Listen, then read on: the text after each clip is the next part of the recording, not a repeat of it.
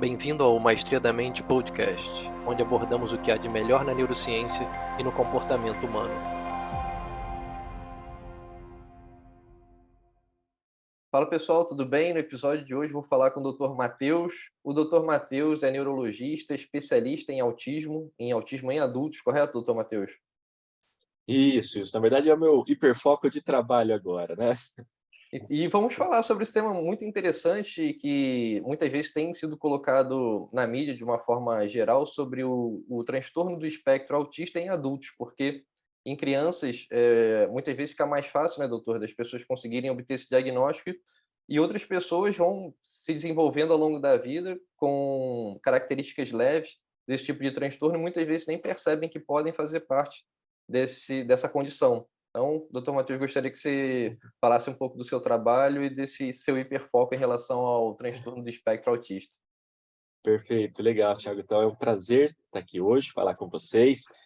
Obrigado a todos que estão ouvindo. Então eu sou Matheus Trilico, sou neurologista pelo Hospital de Clínicas da Universidade Federal do Paraná, fiz mestrado também ali no mesmo hospital. E eu não trabalhava com autismo, com esse tema na residência. Na verdade, a gente via muito pouco sobre isso. E foi uma mera coincidência da vida, acabei atendendo um paciente autista e comecei a gostar. E aí, como o Thiago falou, virou o meu hiperfoco, né. É importante falar isso, porque hoje, no meio médico, não existe a especialidade, então ser especialista em autismo, isso não Uhum, tem, nem para o neurologista e nem para o psiquiatra, né, até porque é uma coisa nova, então não tem uma residência focada nisso, por exemplo. Então eu brinco que é meu uhum. hiperfoco, porque é a minha área de trabalho agora, tá. E de fato, Thiago, é um assunto muito importante, né, que virou uma paixão aí, e a gente tem visto a relevância disso pela epidemiologia, né, então assim, pela prevalência do autismo, principalmente os dados do exterior, porque no Brasil a gente não tem muito dado. Uhum. Mas só para o pessoal entender a relevância um pouquinho, a prevalência em 2002 ali nos Estados Unidos era em torno de uma para cada 150 crianças nascidas.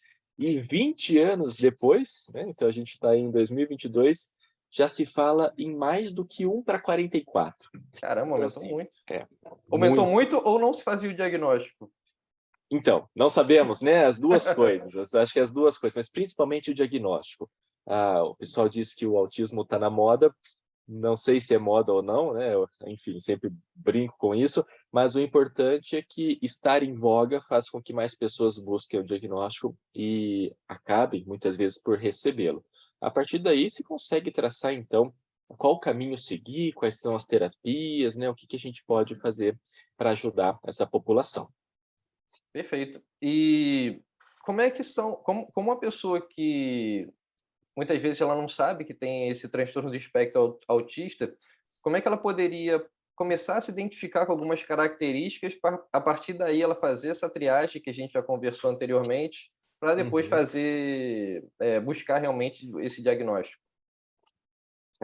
Então, assim, quando a gente fala do adulto, né, tem que ficar muito claro isso, Sim, estamos sim. falando do adulto aqui, não da criança, porque é Do um adulto pouquinho seria o quê? Dos diferente. 18 para em diante, 21 em diante, como é o que que É, seria esse adulto? às vezes 16, 14 Aham, anos até consegue pensar nessa forma, né, como se fosse um adulto, mas padronizados, os testes geralmente são a partir de 18 ou 16 anos. Então, para os testes neuropsicológicos, a gente considera em perfeito. torno de 18 anos para cima, tá? Mas assim, o que que a pessoa tem que pensar de características para cogitar essa possibilidade diagnóstica?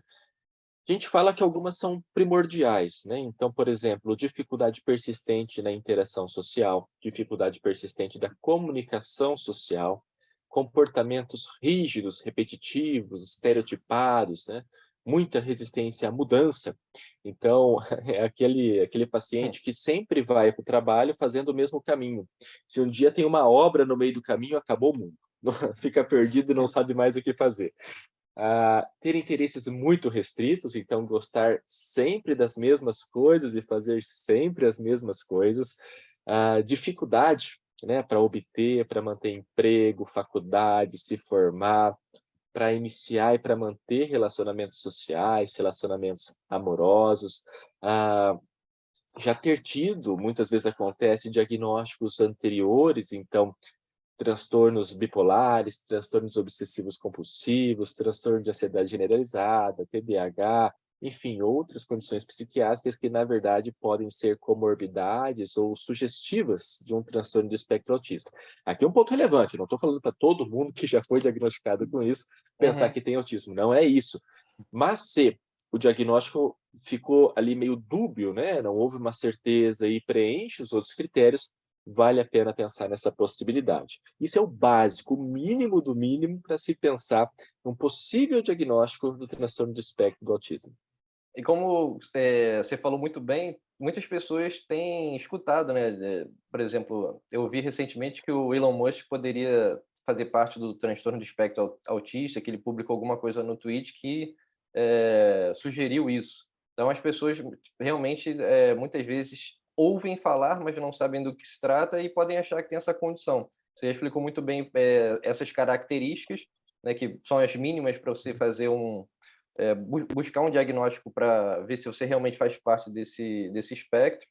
E existem muitos testes na internet. Então, muitas vezes a pessoa acha que tem, faz o teste da internet e já faz o diagnóstico como autista. E isso não é possível, né? Há todo um preparo para a pessoa realmente receber esse diagnóstico de uma equipe preparada para isso. Isso.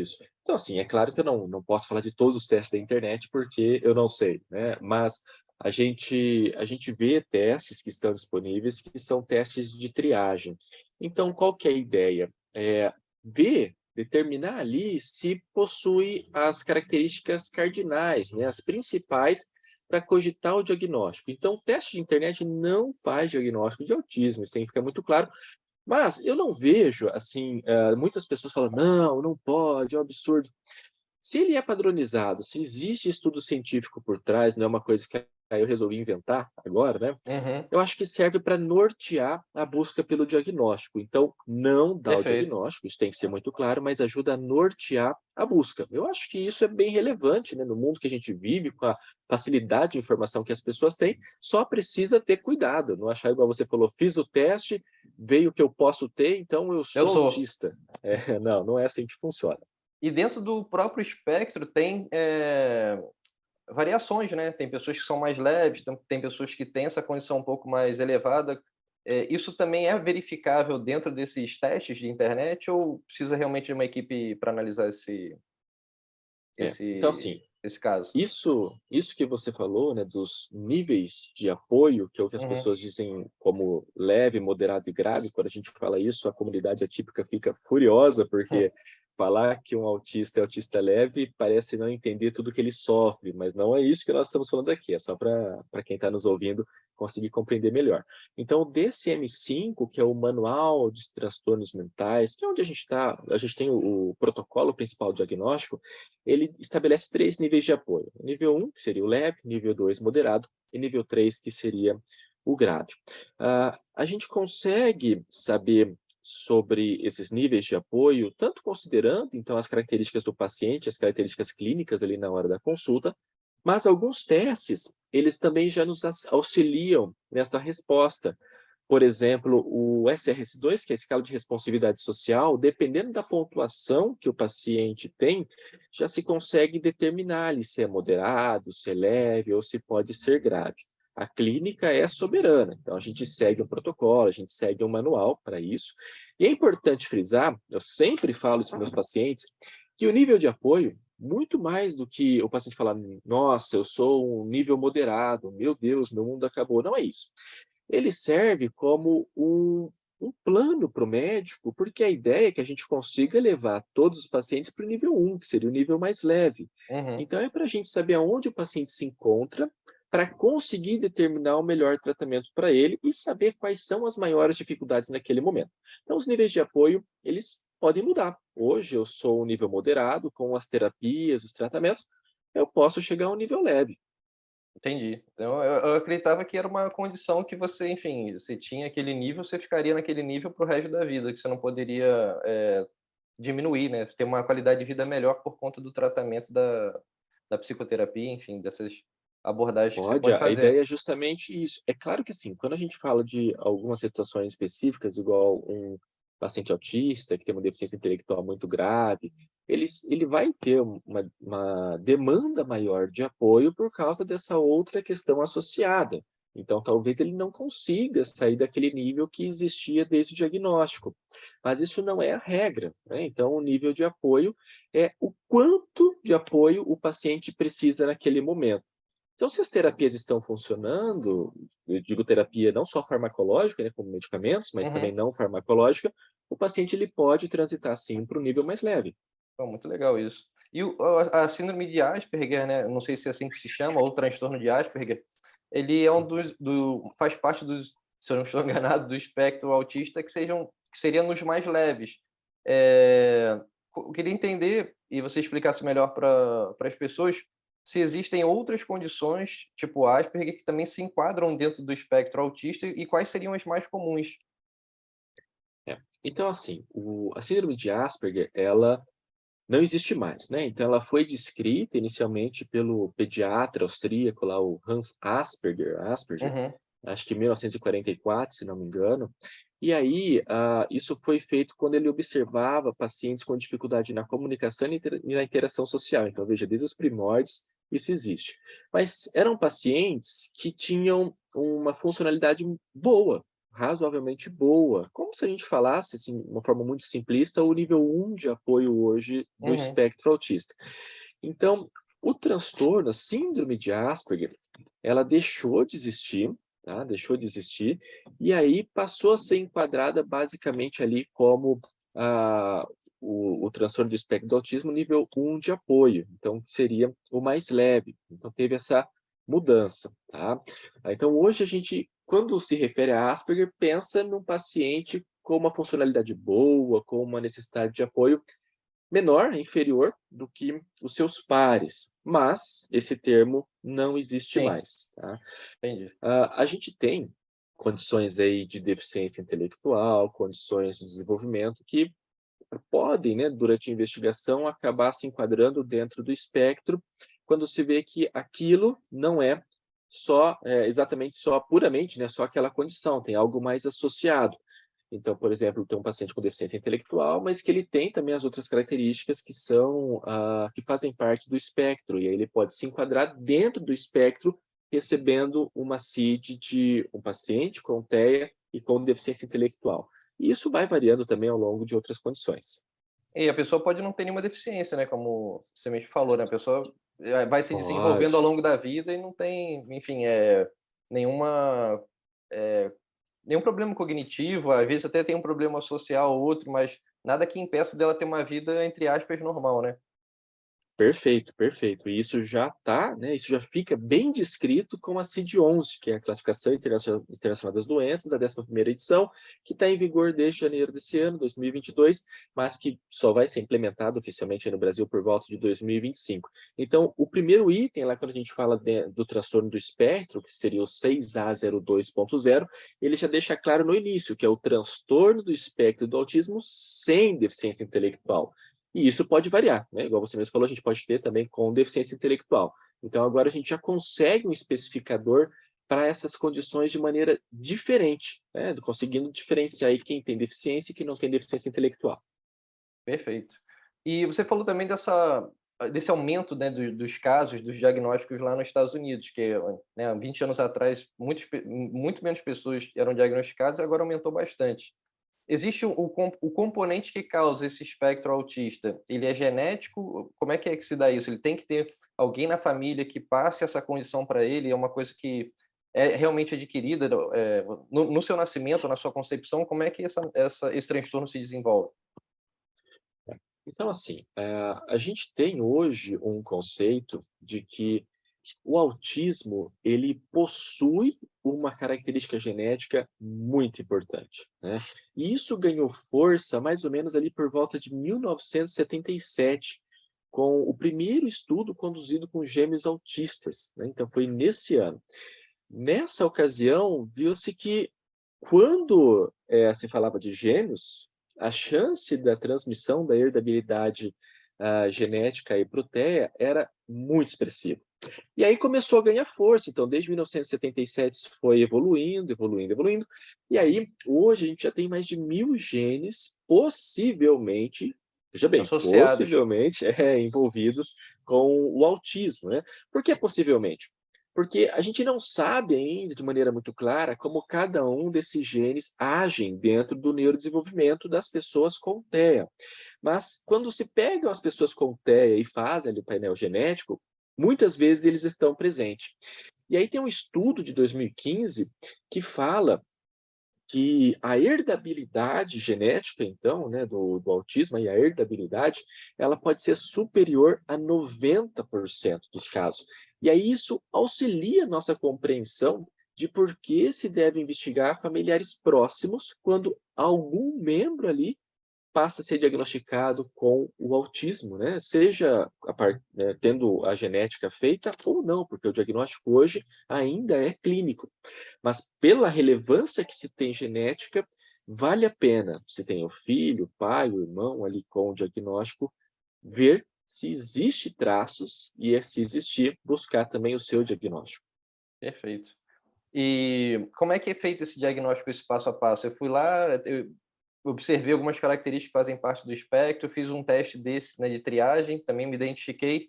Como é que seria essa avaliação? Quem faz essa avaliação e como se chega a essa conclusão do diagnóstico? Então, assim, hoje, Thiago, o diagnóstico ele ainda é clínico. A gente segue protocolos clínicos. A gente até conversou um pouquinho antes, eu acredito que no futuro a genética seja mais relevante do que é e talvez enquadre aí como uma parte diagnóstica, mas hoje não. Hoje ela ainda não serve para o diagnóstico. Então, o diagnóstico é clínico. Quando a gente diz isso, significa que o paciente precisa procurar um médico que trabalhe no assunto e depois, ou antes, ou muitas vezes procuram antes, mas normalmente acaba sendo depois, um psicólogo, neuropsicólogo, também especialista no assunto, para aplicar instrumentos auxiliares. É obrigatório passar pelo neuropsicólogo? Nem sempre. Então, muitas vezes, o paciente ele vai passar pelo neurologista ou pelo psiquiatra, que costumam ser os profissionais que trabalham dentro dessa área, e ali, se existirem dúvidas, né, que assim, não permita dar o diagnóstico final só na consulta médica, o profissional pode utilizar de subsídios complementares, então instrumentos auxiliares, que aí quem aplica no nosso país são os psicólogos e neuropsicólogos habilitados para isso, e são várias sessões, 4, 6 a 8 sessões, para depois voltar com esse relatório, e aí é um relatório de avaliação neuropsicológica, não é um laudo médico, isso tem que ficar muito claro, porque às vezes as pessoas passam com o neuropsicólogo identifica ali a pontuação, né, características importantes para o autismo, e o paciente acha que já está com o diagnóstico feito. Não, isso precisa ser validado ainda por um médico. E aí, então, após essa avaliação, o médico valida e define se tem ou se não tem o diagnóstico e quais são os tratamentos que serão feitos a seguir. Isso vai depender da condição também do paciente, né? Como você falou, tem pessoas que podem estar nesse nível 3 e depois, né, do tratamento, essa condição ir mudando e para o nível 2 ou até mesmo para o nível 1, né? Sim, sim, sim. Uma situação importante, né? Quando a gente fala de avaliação neuropsicológica, a gente está falando do mundo perfeito, o que seria o ideal. Vai no médico, passa com o neuropsicólogo, volta para o médico, e aí a gente faz o fechamento e depois manda para terapia, né? Para, enfim, para os grupos multidisciplinares. Esse seria o mundo ideal.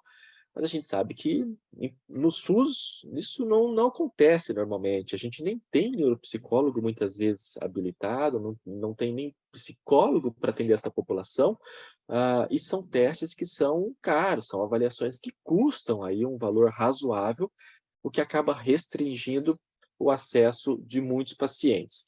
Então, uma vantagem do diagnóstico continuar sendo clínico e o médico poder fazê-lo sem os instrumentos auxiliares é justamente nessas situações, se não há dúvida, conseguir se fechar o diagnóstico ali.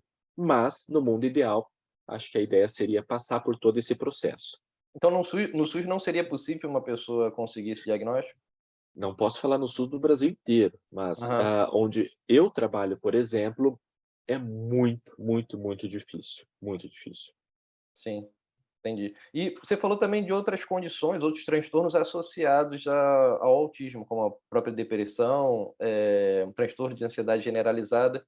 Por que que isso acontece especificamente, né, com essas pessoas do transtorno do espectro autista? Olha, o porquê, né, fisiologicamente, não sei. Não sei se vamos descobrir isso um dia. Mas pensa comigo. a base eu sempre brinco falando isso com os pacientes, a base dali para a gente pensar no autismo é uma dificuldade de interação social, por exemplo, né?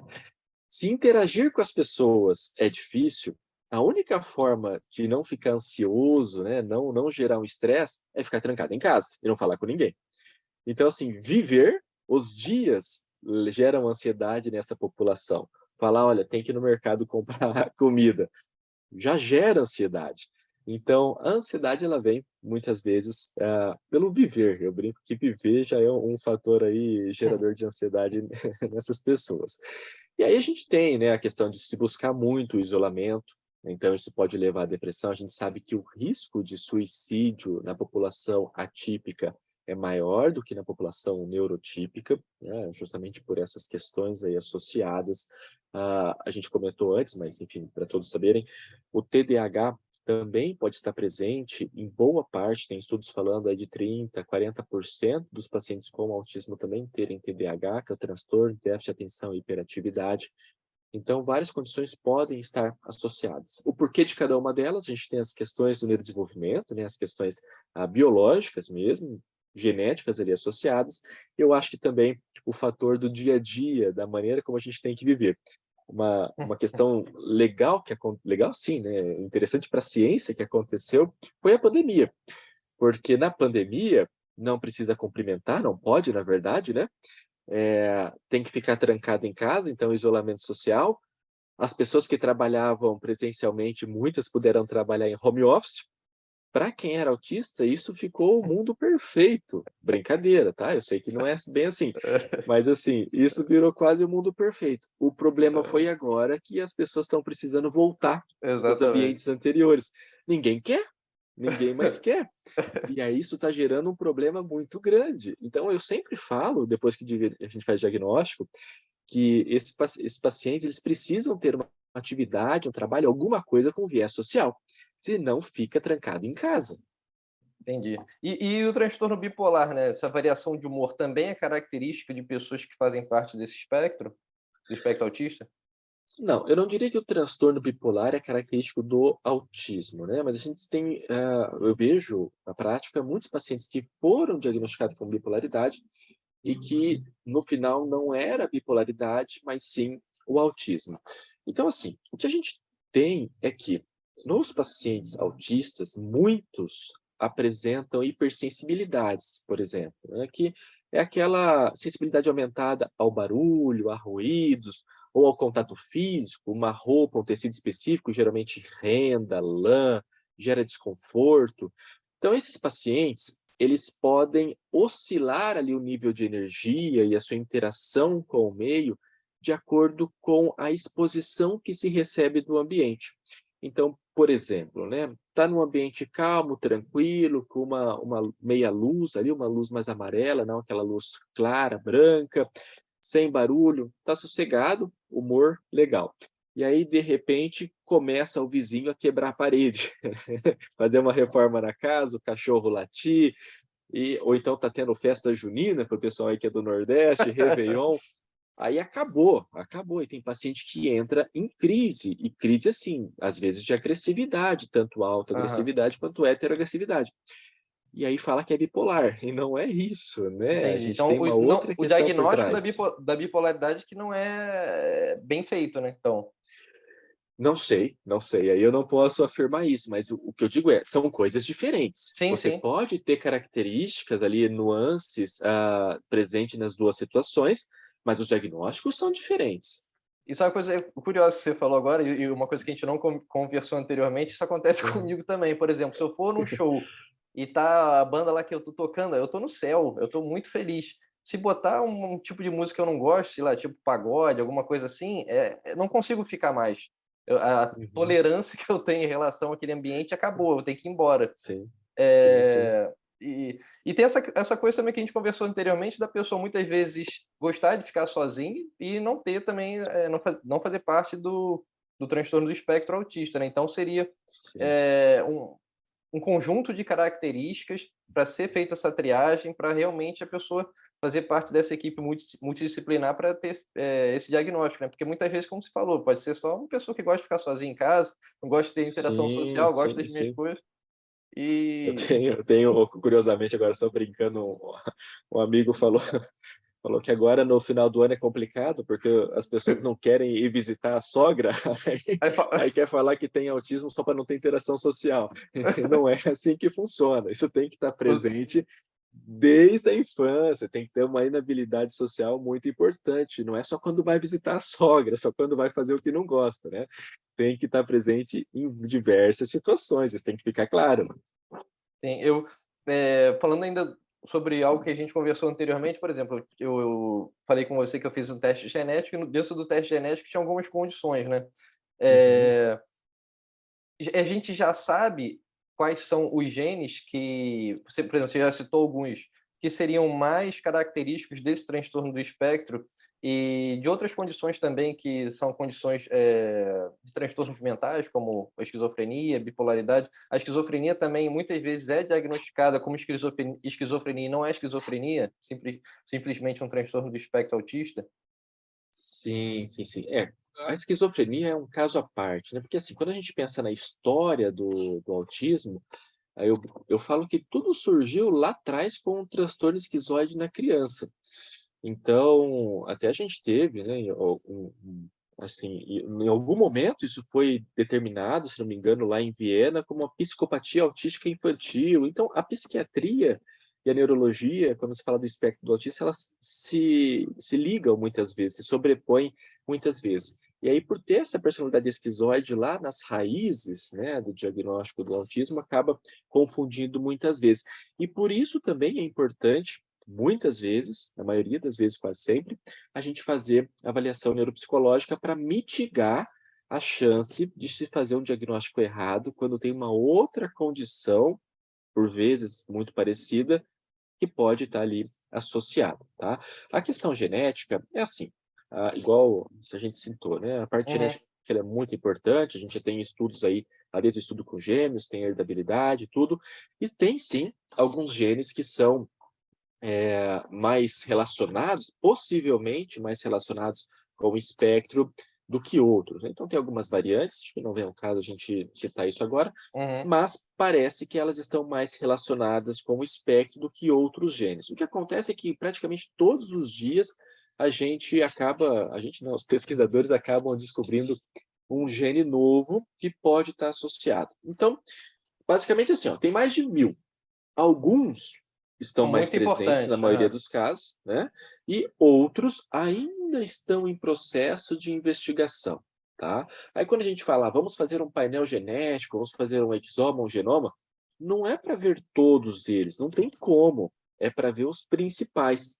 Então é por isso que existem empresas aí especializadas nessa parte genética que falam: "Olha, se surgiu um gene novo, está no nosso contrato, a gente refaz o teste no seu sangue, né? Deixa ele aí armazenado por tanto tempo, porque isso está em constante evolução." Entendi, perfeito. E existe alguma outra característica, relacionada a algum outro tipo de transtorno que está relacionado ao transtorno de espectro autista também? Por exemplo, você falou do TDAH, que 40%, né, pelo menos das Uhum. pessoas podem ter o transtorno de déficit de atenção e hiperatividade. Existe alguma outra condição também que seja A inerente outra, ou não? o inerente não, mas que está presente em boa parte dos casos, transtorno de ansiedade generalizado, né, a gente até brincou, viver gera ansiedade para esses pacientes, tá? A fobia social, né, então é uma condição que muitas vezes o paciente é diagnosticado com fobia social e na verdade tem o espectro também, a gente sabe que podem coexistir. O que eu mais vejo, são o TAG, né, transtorno de ansiedade generalizada, depressão e o TDAH. São os que com mais frequência estão associados aí ao autismo. E quando que você recomenda para as pessoas que já foram diagnosticadas com esses transtornos fazerem esses testes, essas triagens e buscarem um acompanhamento para descobrir se são autistas também? Porque muitas vezes a pessoa não tem um impacto maior, né, na própria vida. Então, o que que você recomenda? É, aí é uma situação complicada, porque se ela já foi diagnosticada com essas outras condições, a gente tem que rever esse diagnóstico, ver se ele está certo, e se ele estiver certo, pensar se outras características podem justificar o diagnóstico de autismo. Então, sim, é realmente só passando por consulta médica nesses casos e provavelmente o médico vai precisar de instrumentos auxiliares, porque aí começa a ficar complicado, né. Então, quando você fala, por exemplo, de um paciente que foi diagnosticado com esquizofrenia, é muito complicado, a gente conseguir dar um diagnóstico de autismo ali numa primeira consulta, né. Esse paciente tem que ser avaliado, reavaliado, falar com o parceiro, falar com a mãe, com o pai, com o irmão, a gente chama a família, né, para conversar para tentar fechar o diagnóstico. Então, assim, nesses casos complicados, precisa passar por avaliação médica e possivelmente alguma outra avaliação complementar. Perfeito. E você falou também em relação a algumas características, né, da personalidade, da pessoa ser mais, assim, gostar de ficar sozinha, ser mais, entre aspas, fechada, né, não ser tão aberta em relação a interações sociais. Acho que anteriormente a gente falou sobre movimentos repetitivos, né, com algumas características, alguma Uhum, inflexibilidade cognitiva, uma rigidez cognitiva muito grande, são características também perfeito. importantes que fazem parte dessa condição. Sim, sim, é isso mesmo. Então a gente tem vários sinais, sintomas aí que podem estar associados, não necessariamente o paciente tem que ter todos, tem paciente que não tem uma estereotipia importante, assim, às vezes passa até imperceptível, é um estalar os dedos, é um alisar o cabelo. Tem paciente que quando fica nervoso fica andando de um lado para o outro, não sabia que isso era estereotipia, então às vezes passa batido, né. Tem paciente que tem sensibilidade aumentada à luminosidade, tem paciente que, assim, sempre toma banho no escuro, porque não aguenta a luz do banheiro e achava que era só uma questão, visual ali e não, né, é uma hipersensibilidade que pode estar relacionada ao espectro. Então, assim, tem muitas particularidades, Thiago. É uma gama, uma infinidade de características que cada dia eu me surpreendo mais, cada dia eu aprendo algo novo, e isso que eu acho legal de trabalhar com essa população.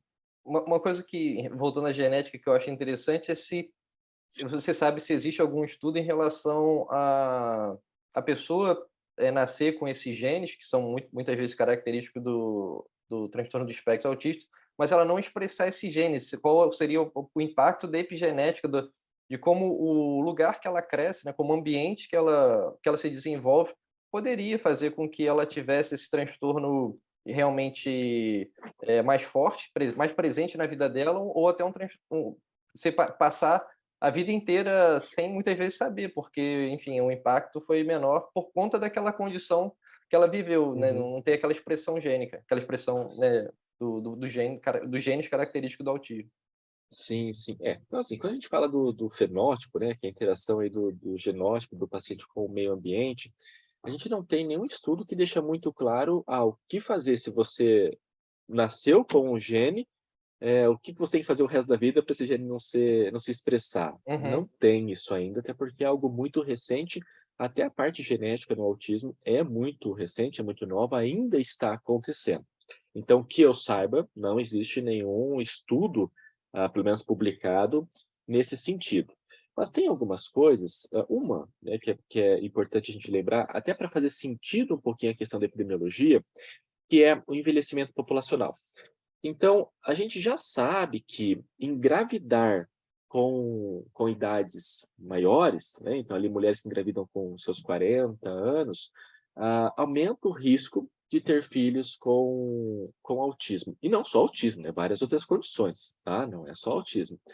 Então, algumas coisas podem ser evitadas se a gente pensar nessa linha de raciocínio para passar esse gene ou para, enfim, esse gene acontecer ali, após a fecundação. Então, assim, essa situação a gente consegue ainda ter alguma noção. Mas o que fazer se você tem o gene para que ele não se manifeste, isso realmente eu não sei te falar e eu acho que não temos nenhum estudo.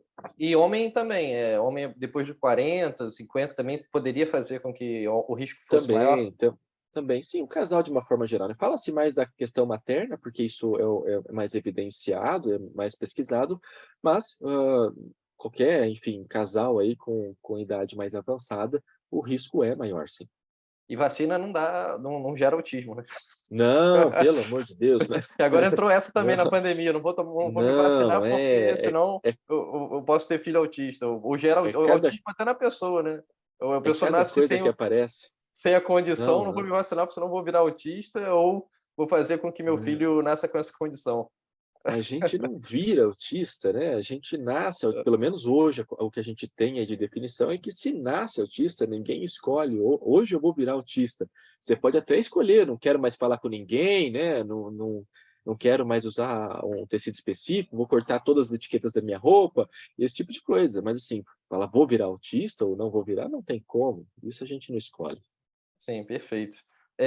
Outra coisa também que gostaria de falar a respeito é, por exemplo, isso aí para as pessoas que convivem com autistas e não sabem que convivem com autistas, coisas que os autistas muitas vezes escutam e que não gostariam de escutar. Por exemplo, você é só um bicho do mato, você não gosta de fazer nada, e a pessoa não entende, né? Porque aquela pessoa realmente é difícil de lidar com essas situações sociais. Qual seria a melhor forma de uma pessoa que provavelmente dentro dessas características que você mencionou, convive com uma pessoa que faz parte do espectro e que não deveria dizer certas coisas para, enfim, não atrapalhar a convivência e até deixar chateada a pessoa que tem essa condição? Olha, difícil, isso depende de cada ambiente, né, de cada lugar. Mas acho que o princípio ali é o respeito, a gente saber respeitar as diferenças. Eu não estou falando, igual a gente até comentou, de que assim, quem é autista tem o direito de ficar trancado em casa todo dia, E não não ir sair. visitar a sogra. Exato, né? Então, não é exatamente isso, a gente tem que ter um meio termo. Só que as pessoas neurotípicas, que têm contato com as pessoas neurodiversas, ali, os autistas, precisam entender que essa população tem demandas um pouco diferentes. Então, por exemplo, você é casado com alguém que é autista, vai numa festa lá dos amigos. Combina antes, conversa, fala: olha, a gente não precisa ficar até o final. Quando você estiver chegando ali no seu limite, antes de chegar no seu limite, né, avisa, a gente volta para casa, ou então você se recolhe, vai lá para um ambiente mais tranquilo, ouve a sua música, né, fica ali numa meia luz para recuperar a energia. Então, assim, acho que dá para conversar, né, para conversar e tentar encontrar meio termo para tudo. Não adianta a gente falar de extremos. O que eu brinco com os pacientes, falo assim: olha, não use o diagnóstico uma muleta para você se apoiar e falar: não, não posso fazer isso porque eu sou autista. Não, isso tem que ser assim porque eu sou autista. Não é essa a ideia. Eu acho que Uhum. o respeito tem que ser mútuo, né, das duas partes, e as pessoas têm que aprender a conviver com as suas diferenças e com as suas semelhanças também. Então é muito questão de respeito. Perfeito. E como é que as pessoas podem te encontrar na internet para pesquisarem mais sobre o autismo? Pessoas que estão escutando o que a gente está conversando, muitas vezes estão se identificando, falam: poxa, eu acho que talvez eu tenha essa condição. Como é que as pessoas podem te encontrar para saber mais sobre Sim, o sim. espectro autista e saber mais a respeito? Olha, hoje está fácil com o Google, não é? É só digitar o meu nome no Google aí, Matheus Trilico, que já vai aparecer. Mas eu estou no Instagram, eu tenho o meu blog ali, no blog tem bastante assunto sobre autismo, principalmente, TDAH, mas também tem outras questões aí da neurologia e de saúde. Tem o Facebook também, para quem precisar. Então é só digitar o meu nome que vai me encontrar, não tenha medo. E tem o teste também, né, no seu site, que você falou que tem o teste de Tem, tem, triagem. tem. Tem, isso. Tem que ficar claro que, de novo, né, é um teste de triagem, não dá um diagnóstico, é um teste que ele foi criado fora do país, né, no Canadá. Então, eu adaptei para tentar ajudar a população a fazer um filtro, mas lá fora, esses testes têm uma acurácia na triagem, muitas vezes superior a 80%. Então, é um filtro, não é diagnóstico, tá? Não estou vendendo teste de internet, isso tem que ficar muito claro para todo mundo, pelo amor de Deus. E para a gente finalizar, quais seriam esses benefícios da pessoa, muitas vezes, não saber, né, que tem essa condição, e agora, na fase adulta, uns 30, 40 anos, descobrir que tem, quais seriam os benefícios que ela poderia ter em relação a saber essa condição que ela tem desde sempre e nunca soube? Tiago, isso é um ponto até emocionante, assim. Eu tenho pacientes que vão dos 18 anos até que foram diagnosticados com autismo, né, mais de 60. Caramba! E e é engraçado, né, porque você pensa: por que uma pessoa com mais de 60 anos, a vida já está feita, qual que é a importância de receber o diagnóstico? E a resposta que eu tenho é que é libertador. É libertador entender que não é só ser diferente, existe um motivo para ser diferente, existe alguma coisa por trás. Então, imagina aquela pessoa passou a vida inteira sendo taxada como introvertida, bicho do mato, né, grosseira, rude. E aí a ciência parece tentar buscar uma explicação para isso. Então, claro, tem coisas que eu quero fazer, mas tem coisas que parecem ser superiores e eu preciso treinar para mudar aquilo, né? É treinamento, é treinamento. Então, assim, eu acho que há muito o que se fazer, desde simplesmente se libertar, né, de tudo aquilo que passou, até entender o que fazer para melhorar a partir de então. Então, as pessoas com diagnóstico que são mais novas, elas têm uma vida pela frente que pode se beneficiar de diversas terapias, tanto da psicoterapia quanto terapia ocupacional. Então, tem várias possibilidades aí de acompanhamento. Mas o que eu acho mais legal é o feedback de que o diagnóstico, ele, na maioria das vezes, é libertador. Tem paciente que não fala para ninguém, até pergunta, fala, nossa, meu laudo, o senhor vai passar para alguém? Não, sigilo médico, não passo para ninguém. Mas para a pessoa foi libertador entender quem ela é. Eu acho isso muito legal. Perfeito. Obrigado, doutor. Queria agradecer pelo seu tempo, pelo conhecimento que você trouxe para a gente. Acho que vai ajudar muitas pessoas a se entenderem melhor, Sim, saber a sim, sim. diferenciação, né? Poxa, será que eu sou só uma pessoa introvertida? Será que eu tenho mais características que são condizentes com o transtorno do espectro autista para poderem se conhecer melhor, procurar o seu trabalho e poder obter ajuda e esse benefício que você falou, né? Que as pessoas muitas vezes têm ao saber do diagnóstico. Eu que agradeço, Thiago. É um prazer sempre falar sobre isso. Gosto muito, estou todo dia aprendendo coisas novas aí. Acho que isso é o mais legal de trabalhar dentro desse assunto. E claro, né, você falou de me procurar, ficarei imensamente grato em poder ajudar. Amo isso que eu faço, mas procure a assistência que vocês estiverem mais perto. O importante é conseguir se entender e saber o que fazer para melhorar. E, de novo, não usem o diagnóstico como um escudo, como uma muleta, né, uma bengala. Use para melhorar, para se conhecer melhor e para entender que hoje a gente tem sim muita coisa que pode ser feita. Não é tudo ainda, né? A gente precisa evoluir, mas já tem muita coisa que pode te ajudar a viver melhor. Perfeito. Obrigado, doutor, e espero Eu que falar com agradeço. você em breve sobre esse tema que é muito interessante e vai ajudar muitas pessoas. Maravilha, até breve. Até breve.